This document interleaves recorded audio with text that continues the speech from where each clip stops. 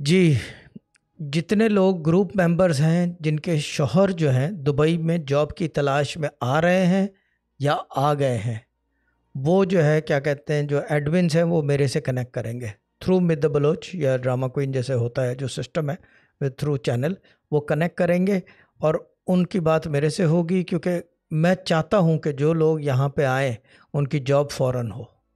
या ये कि वो हो, और अगर चेंज करनी है, अच्छी जगह करनी है, तो वजीफ़ा देंगे आदमी को भी औरत को भी, तो वो करें कि तरक्की और कामयाबी हो, हस्बैंड वाइफ यहाँ सेटल हो। This is what my new intention is कि जो दुबई में लोग आ रहे हैं या आ गए हैं और वो जॉब की तलाश में हैं या जॉब नहीं लग रही, वो रब्ता करें। और उससे ये होगा कि वजीफ़ा देंगे, सिंपल वजीफ़ा है, सिंपल वजीफ़ा देंगे सुनने का, और इंशाल्लाह अल्लाह ताला फजल करेगा डेफिनेटली। जब इतने काम हो रहे हैं तो आपका काम क्यों नहीं होगा। तो they will have to connect to me through,